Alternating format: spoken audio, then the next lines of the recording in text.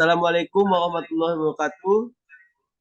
Selamat malam. Waalaikumsalam warahmatullahi wabarakatuh.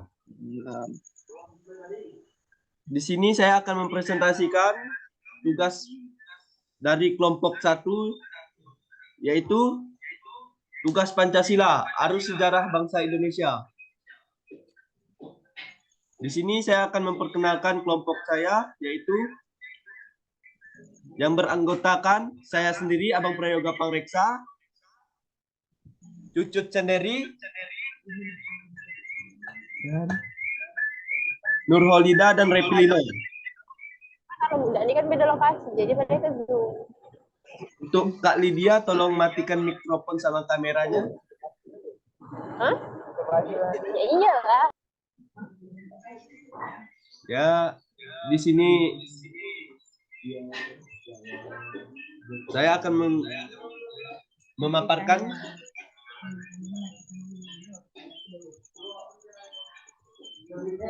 punya kami bang, nanti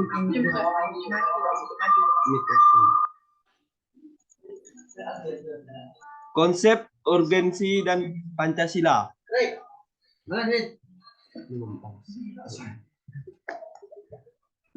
Konsep urgensi dan Pancasila. Periode pengusulan Pancasila. Setelah ditelusuri, kami mendapatkan kesimpulan dari beberapa pidato dari tokoh seperti Mr. Muhammad Yamin, Insinyur Soekarno, Ki Bagus Hadikusumo, Supomo, yang berisikan bahwa keempat tokoh tersebut menyampaikan usulan tentang dasar negara menurut pandangan masing-masing. Meskipun dengan demikian, perbedaan pendapat di antara mereka tidak mengurangi semangat persatuan dan kesatuan yang demi mewujudkan Indonesia merdeka. Sikap toleransi yang berkembang di kalangan para pendiri negara seperti inilah yang seharusnya diperlukan, diwariskan kepada generasi berikutnya, termasuk kita.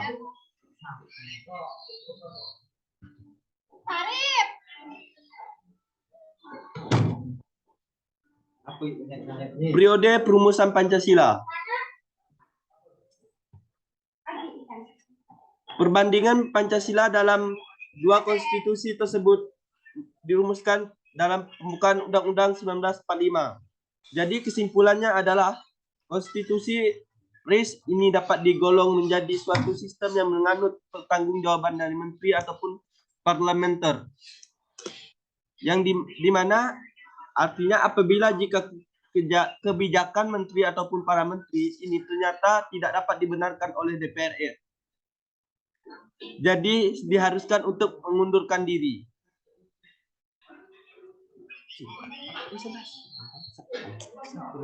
Namun pada sistem ini selama berlakunya konstitusi RIS, hal ini belum dapat dilaksanakan karena disebabkan dari DPR-nya yang belum ada didasarkan pada pemilihan umum yang sesuai dengan pasal 111, tetapi DPR yang ditunjuk masih atas dasar pasal 109 dan pasal 110 konstitusi RIS sendiri.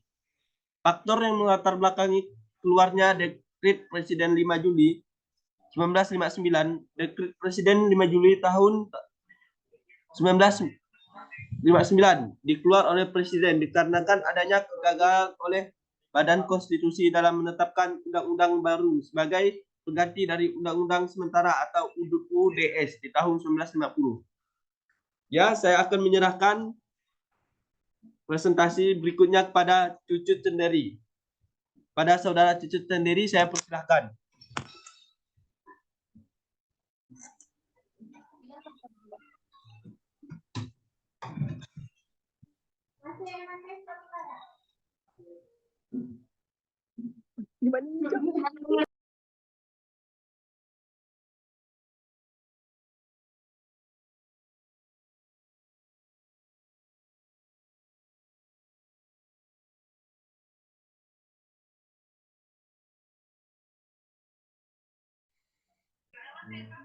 mana nih?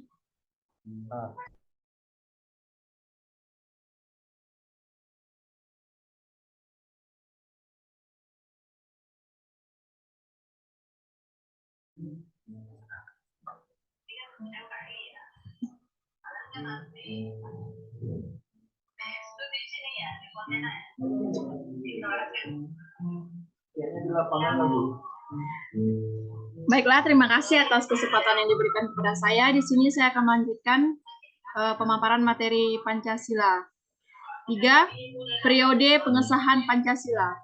Pertentangan antar pihak begitu keras seperti yang terjadi antara tokoh PKI dengan perwira Angkatan Darat atau AD, sehingga terjadilah penculikan dan pembunuhan sejumlah perwira yang dikenal dengan peristiwa Gerak 30 September atau G30S PKI.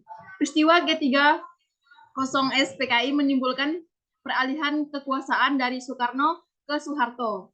Peralihan kekuasaan itu diawali dengan terbitnya surat perintah dari Presiden Soekarno kepada Letnan Jenderal Soeharto, yang di kemudian hari terkenal dengan nama Supersmar, Surat Perintah 11 Maret. Surat itu intinya berisi perintah Presiden kepada Soeharto agar mengambil langkah-langkah pengamanan untuk menyelamatkan keadaan. Supersmar ini dibuat di Istana Bogor dan dijemput oleh Basuki Rahmat, Amir Mahmud, dan Muhammad Yusuf.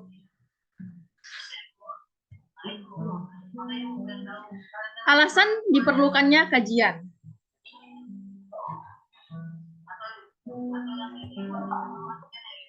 Kebudayaan bangsa Indonesia juga merupakan hasil akulturasi bagaimana diterapkan Eka Dharma Putra dan dalam bukunya Pancasila.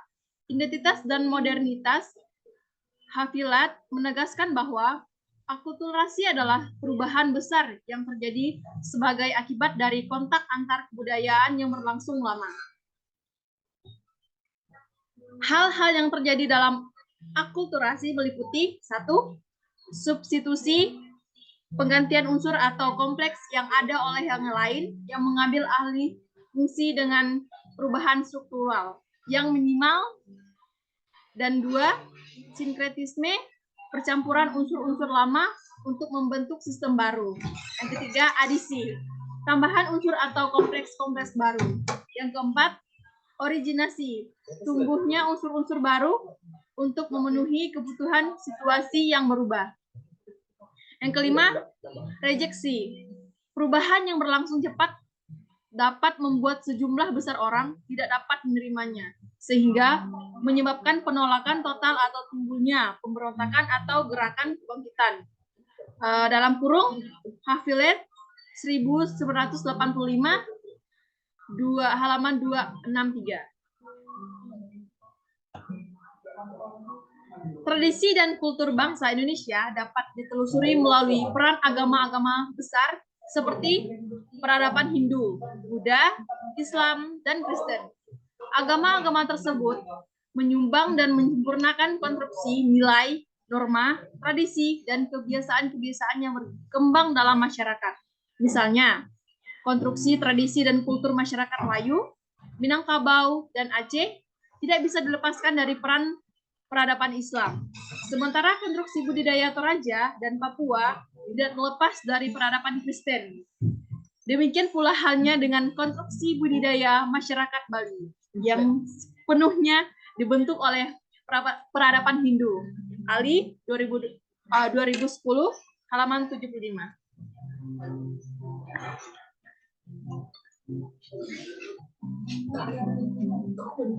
Yang kedua, Pancasila sebagai kepribadian bangsa Indonesia. Pancasila disebut juga sebagai kepribadian bangsa Indonesia, artinya nilai-nilai ketuhanan, kemanusiaan, persatuan, kerakyatan, dan keadilan diwujudkan dalam sikap mental dan tingkah laku serta amal perbuatan. Sikap mental, tingkah laku, dan perbuatan bangsa Indonesia mempunyai ciri khas, artinya dapat dibedakan dengan bangsa lain. Kepribadian itu mengacu pada sesuatu yang unik dan khas, karena tidak ada kepribadian yang benar-benar sama. Setiap kepribadian mencerminkan keadaan atau hal sendiri. Demikian pula halnya dengan ideologi bangsa. Bakri 1944 halaman 157. Yang ketiga, Pancasila sebagai pandangan hidup bangsa Indonesia. Pancasila sebagai pandangan hidup berarti nilai-nilai Pancasila melekat dalam kehidupan masyarakat dan dijadikan norma dalam bersikap dan bertindak. Ketika Pancasila berfungsi sebagai pandangan hidup bangsa Indonesia, maka seluruh nilai Pancasila dimanifestasi ke dalam kehidupan masyarakat, berbangsa, dan bernegara. Keempat, Pancasila sebagai jiwa bangsa. Sebagaimana dikatakan oleh von Stephanie bahwa setiap bangsa mempunyai jiwanya masing-masing yang dinamakan Volksgeist atau jiwa rakyat atau jiwa bangsa. Pancasila sebagai jiwa bangsa lahir bersama dengan lahirnya bangsa Indonesia. Pancasila telah ada sejak dahulu kala bersama dengan adanya bangsa Indonesia. Bakery 1994 halaman 157.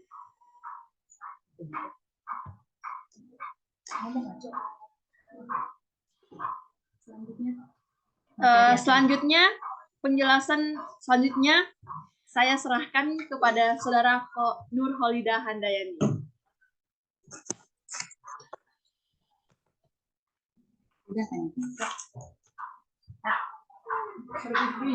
Selanjutnya, materi Pancasila sebagai perjanjian luhur.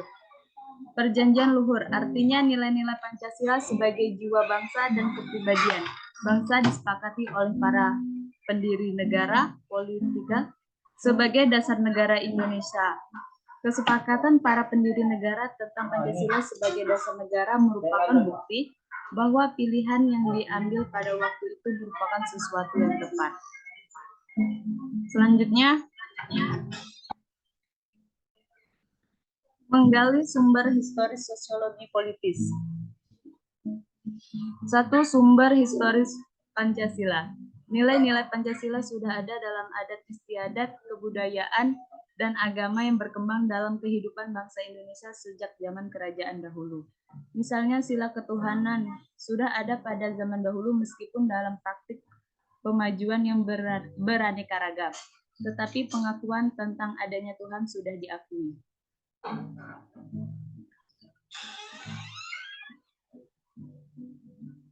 Selanjutnya, sumber sosiologi Pancasila. Nilai-nilai Pancasila, ketuhanan, kemanusiaan, persatuan, kerakyatan, dan keadilan. Secara sosiologis telah ada dalam masyarakat Indonesia sejak dahulu hingga sekarang.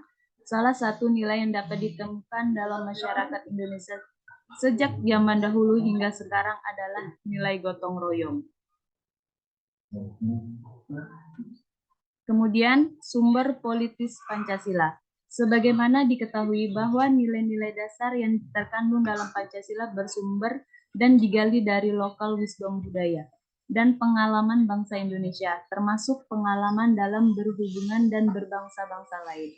Nilai-nilai Pancasila misalnya nilai kerakyatan dan dapat ditemukan dalam suatu kehidupan pedesaan dan pola kehidupan bersama yang bersatu dan demokratis, yang dijiwai oleh semangat kekeluargaan sebagaimana tercermin dalam sila keempat, kerakyatan yang dipimpin oleh umat, kebijaksanaan dalam permusyawaratan perwakilan. Kemudian, pembangunan argumen tentang dinamika dan tantangan.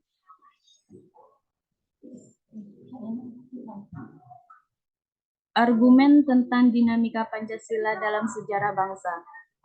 Dinamika Pancasila dalam sejarah bangsa Indonesia memperlihatkan adanya pasang surut dalam pemahaman dan pelaksanaan nilai-nilai Pancasila. Misalnya pada masa pemerintah Presiden Soekarno, terutama pada 1960-an, Nasakom lebih populer daripada Pancasila. Pada zaman pemerintahan Presiden Soeharto, Pancasila dijadikan pembenar kekuasaan melalui penataran P4, sehingga pasca turunnya Soeharto dan kalangan yang mengidentikan Pancasila dengan P4. Kemudian materi selanjutnya akan disampaikan oleh Revino.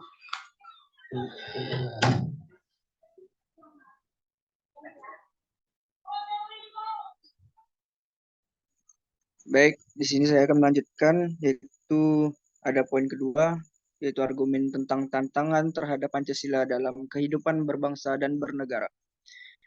Meletakkan nilai-nilai Pancasila tidak dalam posisi sebenarnya, sehingga nilai-nilai Pancasila menyimpang dari kenyataan hidup berbangsa dan bernegara. Salah satu contohnya, pengangkatan presiden seumur hidup oleh MPRS dalam TAP nomor 3 MPRS 1960 tentang pengangkatan Soekarno sebagai presiden seumur hidup.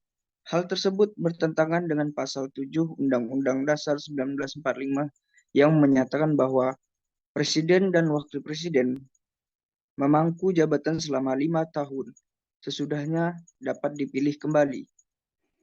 Pasal ini menunjukkan bahwa pengangkatan presiden seharusnya dilakukan secara periodik dan ada batas waktu 5 tahun.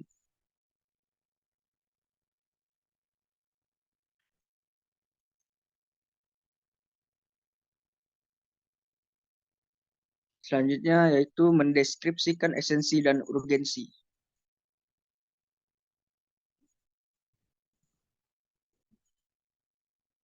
Yang pertama, esensi Pancasila dalam kajian sejarah bangsa.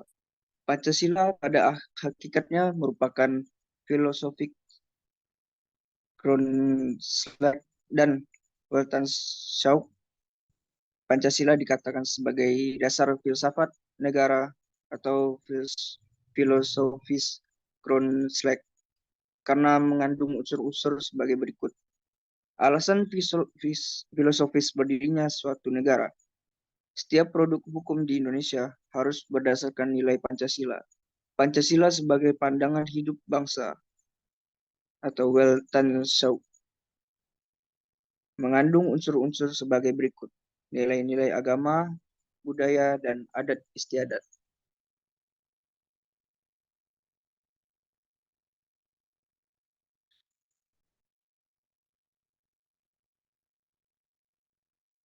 Lanjut.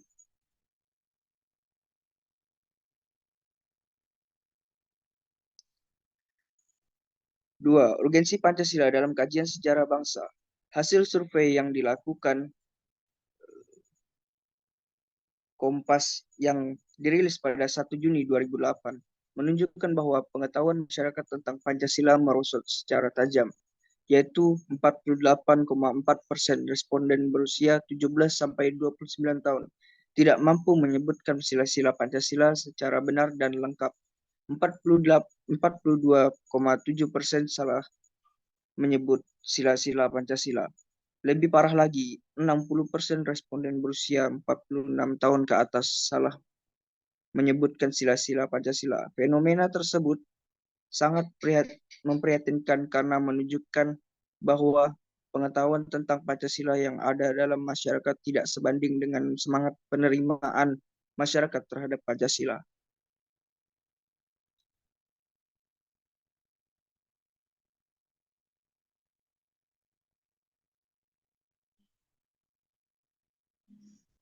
Pentingnya Pancasila dalam sejarah bangsa Indonesia dikarenakan hal-hal berikut.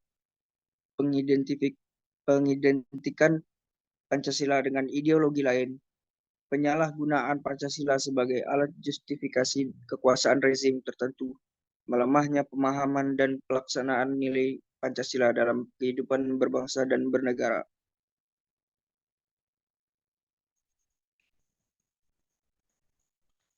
Sekian, terima kasih.